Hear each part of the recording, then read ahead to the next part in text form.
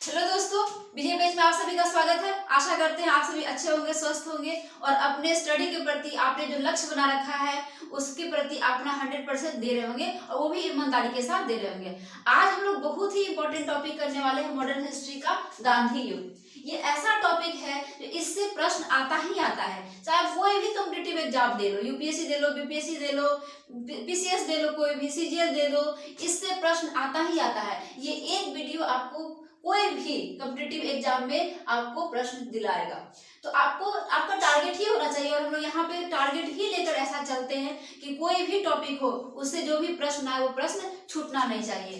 तो इसी एम को लेकर हम लोग देखते हैं इस टॉपिक से क्या क्या इंपॉर्टेंट प्रश्न बन सकता है। 1917 से लेकर 1947 तक महात्मा गांधी का राजनीतिक सक्रियता बहुत ज्यादा रहा। उन्होंने बढ़ चढ़ के योगदान दिया, इसीलिए इस एरा को गांधी युग के भी नाम से हम लोग जानते हैं। चलिए हम लोग देखते हैं कुछ यहाँ पे की पॉइंट्स। 1915 में महात्मा गांधी दक्षिण अफ्रीका से भारत लौटे। कब लौटे? तो 9 जनवरी 1915 को। 9 जनवरी 1915 को महात्मा गांधी जो है दक्षिण अफ्रीका से भारत लौटे। तो जब ये भारत लौटे तो यहाँ पे उनका जो संपर्क है वो गोपाल कृष्ण गोखले जी से हुई। गोपाल कृष्ण गोखले जी से इतना ज्यादा प्रभावित हुए। कौन प्रभावित हुए? महात्मा गांधी, कि महात्मा गांधी ने इनको अपना राजनीतिक गुरु बना लिया। तो प्रश्न जो है वो डायरेक्ट यहाँ से पूछता है कि महात्मा गांधी के राजनीतिक गुरु कौन थे? महात्मा गांधी के राजनीतिक गुरु कौन थे? तो आपको आंसर करना है गोपाल कृष्ण गोखले। क्या आंसर करना है? तो गोपाल कृष्ण गोखले। और ये गोपाल कृष्ण गोखले, ये प्रश्न आ चुका है और आ सकता है, बीपीएससी में नहीं आएगा तो अदर कॉम्पिटिटिव एग्जाम में आ जाएगा, लेकिन आपको याद रखना है आपको ये नाम कि गोपाल कृष्ण गोखले। डायरेक्ट पूछता है कि महात्मा गांधी के राजनीतिक गुरु कौन थे? तो गोपाल कृष्ण गोखले। जब महात्मा गांधी 1915 में भारत आए तो उन्होंने देखा कि जो ब्रिटिश सरकार है वो प्रथम विश्व युद्ध में व्यस्त है। तो उन्होंने सोचा, उन्होंने भारतीयों को प्रेरित किया। उन्होंने क्या किया? भारतीयों को प्रेरित किया कि ब्रिटिश सरकार का उनको साथ देना चाहिए। वो इस पर्पस से उन्होंने किया कि अगर हम इनका साथ देंगे तो जब विश्व युद्ध खत्म हो जाएगा तो ये हमारी बात सुनेंगे। लेकिन हुआ क्या? इसका उल्टा हुआ। तो जब महात्मा गांधी भारतीयों को प्रेरित कर रहे थे कि आप सेना में शामिल हो, ब्रिटिश सरकार का मदद करो, इसीलिए भारतीयों ने इनको भर्ती करने वाला सर्जेंट कहा। प्रश्न यहाँ से भी बनने की संभावना है, बन सकता है कि भर्ती करने वाला सर्जेंट किसे कहा जाता है? तो महात्मा गांधी द्वारा। या महात्मा गांधी को भर्ती करने वाला सर्जेंट नाम किसके द्वारा दिया गया? तो वो भारतीय के द्वारा दिया गया। फिर गांधी जी को क्या किया गया? तो अंग्रेजों द्वारा केसरी हिंद की उपाधि से सम्मानित किया गया। कब किया गया? तो 1915 में। ये आपको याद रखना है। ये जो 9 जनवरी को ये भारत लौटे थे दक्षिण अफ्रीका से, तो ये 9 जनवरी को किस दिवस के रूप में मनाया जाता है? तो ये भारतीय प्रवासी दिवस के रूप में मनाया जाता है। अब चलते हैं 1916। 1916 में क्या इंपॉर्टेंट है देखते हैं कि महात्मा गांधी का क्या योगदान है या अन्य कौन से महत्वपूर्ण कार्य इसमें हुए। तो गांधी जी 1916 में क्या किए? तो अहमदाबाद में साबरमती आश्रम का निर्माण किए। क्या किए? तो साबरमती आश्रम का कहाँ पे? तो अहमदाबाद के निकट साबरमती आश्रम का इन्होंने क्या किया? तो निर्माण किया। फिर 1917 देखते हैं। और हम हमारे यहाँ आओ और किसानों की दुर्दशा देखो और उनके लिए आप कुछ करो। तो गांधी जी क्या हुआ? पश्चिम चंपारण आए गांधी जी 1917 में। अप्रैल 1917 में महात्मा गांधी ने क्या किया? तो चंपारण सत्याग्रह को शुरू किया। पूछ सकता है किसके बुलावे पे आए थे? तो राजकुमार शुक्ल के बुलावे पे आए थे। ये प्रश्न तो बहुत बार पूछा जा चुका है। ये राजकुमार शुक्ल का नाम आपको याद रखना है दिमाग में।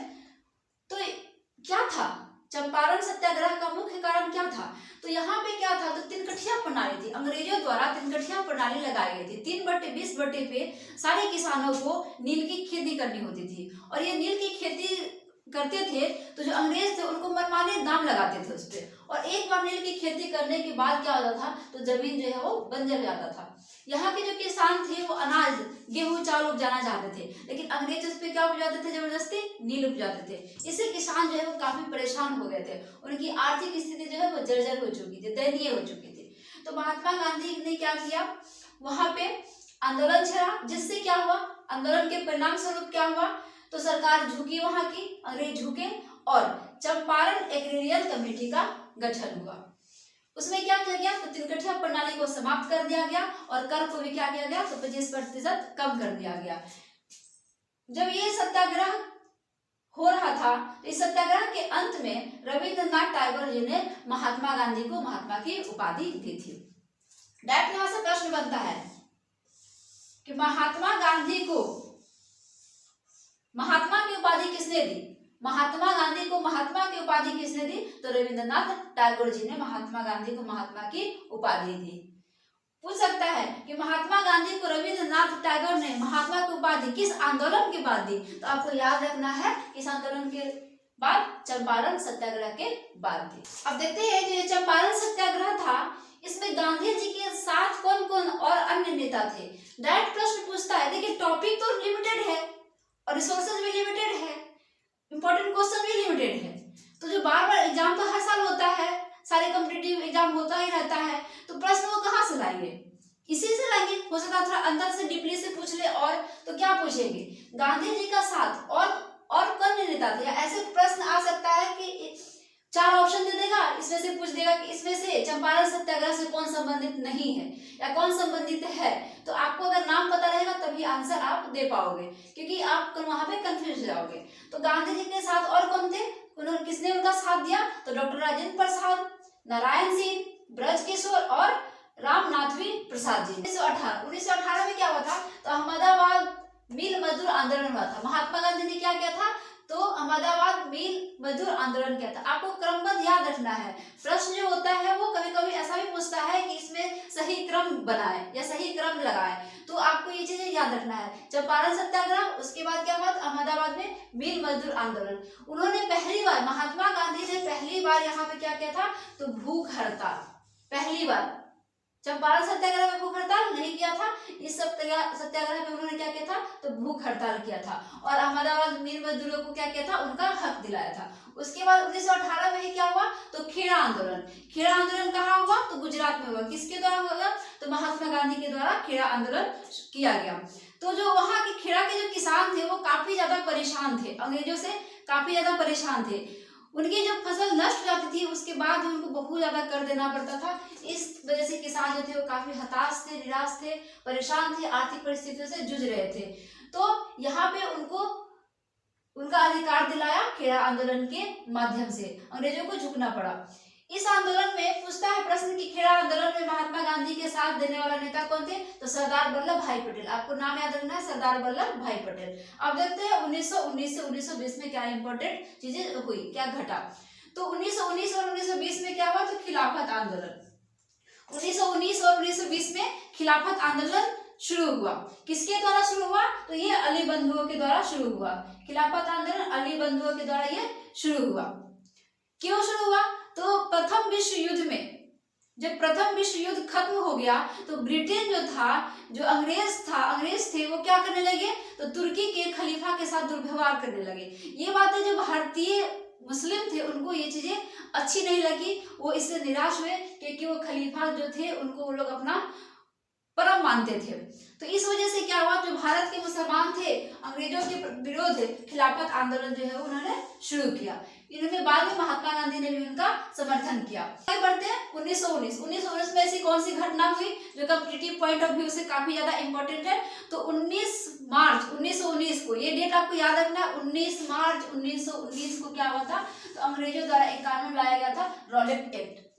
तो रॉलेट एक्ट में क्या था? तो किसी भी व्यक्ति को सिर्फ संदेह मात्र पे गिरफ्तार कर लेना, और गिरफ्तार जो हुए व्यक्ति होते थे वो ना कोई अपील कर सकते थे, ना दलील और ना ही कोई वकील। इसके विरोध में महात्मा गांधी ने 6 अप्रैल 1919 को देशव्यापी हड़ताल किया था। और ये देखते हैं अगला क्या कौन सी घटना हुई? तो 13 अप्रैल, ये डेट बहुत इंपॉर्टेंट है, याद रखना है। 13 अप्रैल 1919 को जालियांवाला बाग हत्याकांड हुआ था। किसके आदेश पे? तो जनरल डायर के आदेश पे। तो इसमें ये क्या हुआ था? तो डॉक्टर सत्यपाल और सैफुद्दीन किचलू को अंग्रेजों ने गिरफ्तार कर लिया था रॉलेट एक्ट कानून के तहत। तो उनके जन विरोध के लिए जालियांवाला बाग में लोग इकट्ठा हुए थे, उनपे जनरल डायर ने गोलियां चलवाई थी। इससे सारे लोग काफी दुखी थे।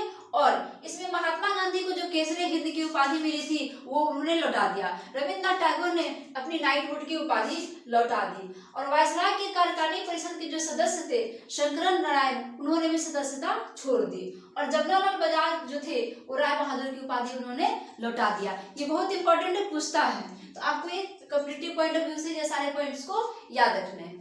चलिए हम लोग आगे देखते हैं। 1920 में क्या हुआ, तो महात्मा गांधी जो थे वो असहयोग आंदोलन शुरू हुए। महात्मा गांधी ने सोचा कि अब इन अंग्रेजों का सहयोग करना उचित नहीं है, अब अंग्रेजों का हम सहयोग नहीं करेंगे। तो उन्होंने क्या किया, तो 1920 में असहयोग आंदोलन शुरू किया, क्योंकि वो जलियांवाला बाग हत्याकांड से काफी ज्यादा दुखी हो गए थे। इसका जो प्रस्ताव था असहयोग आंदोलन का, वो कलकत्ता अधिवेशन में रखा गया कांग्रेस के, और इसकी जो स्वीकृति हुई वो नागपुर अधिवेशन में इसको स्वीकारा गया कि अधिवेशन ये असहयोग आंदोलन होगा। स्टार्टिंग में कुछ लोगों ने इसका विरोध भी किया, जैसे चित्तरंजन दास, मोतीलाल नेहरू, एनी बेसेंट, ये सभी उनके विरोधी थे, इसके पक्ष में नहीं थे असहयोग आंदोलन के। एनी बेसेंट ने तो इसे मूर्खतापूर्वक विरोध भी बोला था। ये चीजें आपको याद रखना है। प्रश्न यहाँ से बन सकता है असहयोग आंदोलन का विरोध किसने किया, तो चित्तरंजन दास, मोतीलाल नेहरू और एनी बेसेंट। 5 फरवरी 1922, ये बहुत ज्यादा इंपॉर्टेंट है। 5 फरवरी 1922 को चोरी चौरा कांड हुआ गोरखपुर यूपी में। तो क्या हुआ वहां पे, तो वहां के थाने में एक थानेदार और 21 सिपाहियों को बंद करके भारतीय क्रांतिकारियों ने आग लगा दी।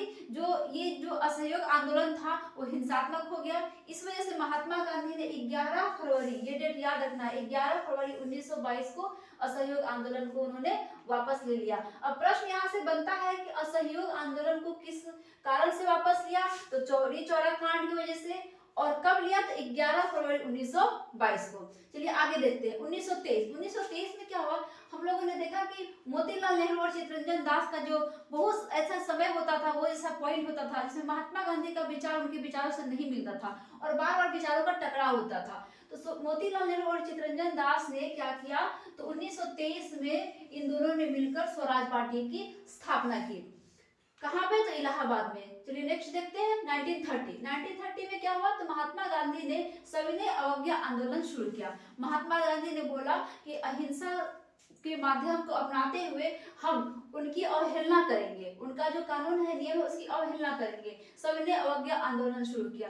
तो उस समय क्या थे, वायसराय लॉर्ड इरविन। तो लॉर्ड इरविन को उन्होंने 11 सूत्री मांग उनके सामने रखा, लेकिन लॉर्ड इरविन ने उनको ठुकरा दिया, कोई भी बात उनकी नहीं मानी। जिस वजह से महात्मा गांधी ने क्या किया, तो 12 मार्च 1930 को, ये डेट आपको याद रखना है, 12 मार्च 1930 को महात्मा गांधी अपने 78 साथियों के साथ, सहयोगियों के साथ साबरमती आश्रम से चलकर डांडी पहुंचकर वहां अपने हाथ से नमक बनाकर उन्होंने नमक कानून को तोड़ा।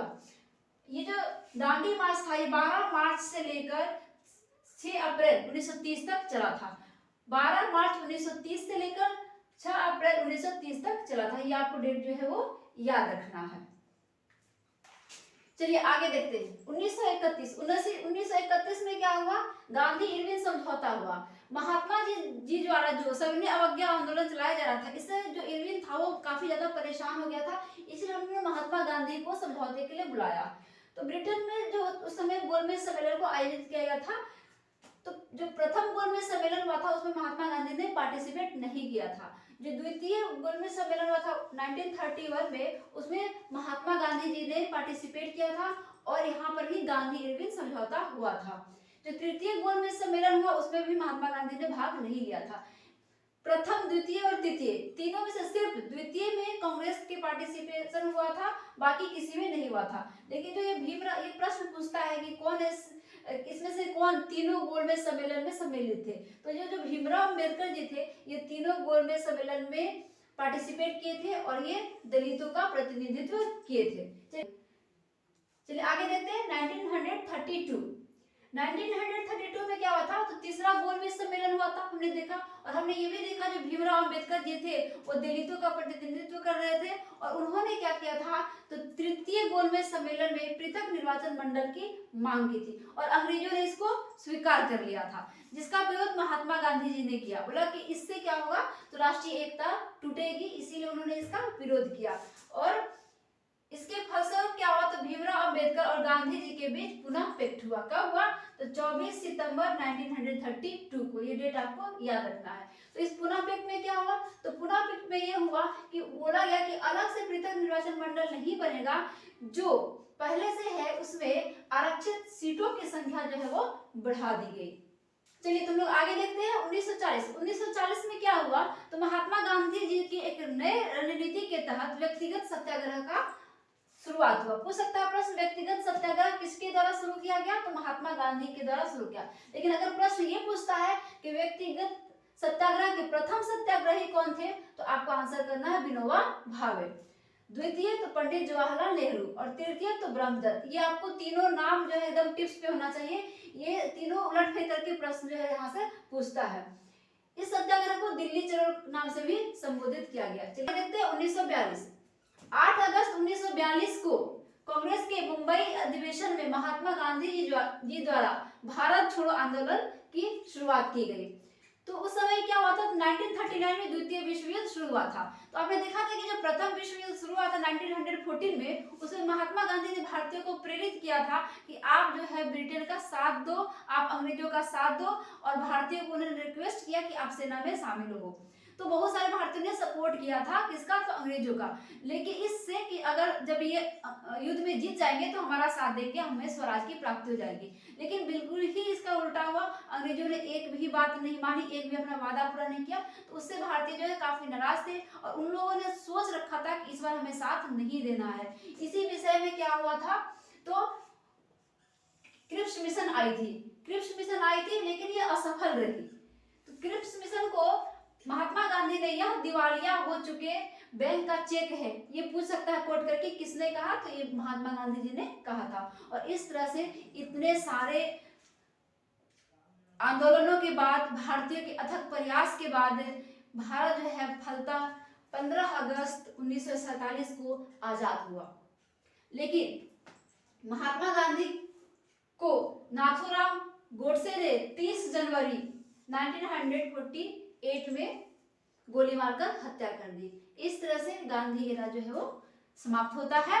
मॉडर्न हिस्ट्री का एक बहुत इंपॉर्टेंट पार्ट हम लोगों ने कवर किया। इसको आपको अच्छे से स्टडी करना है, यहाँ से पढ़ना है, उसके बाद आपको समय मिलता है तो आप किताबों को भी पढ़ो, खुद का भी नोट्स बनाओ, इस नोट्स का मदद लो। आगे के टॉपिक के लिए वीडियो से आप जुड़े रहो। अच्छा लगे तो लाइक करो, सब्सक्राइब करो। धन्यवाद।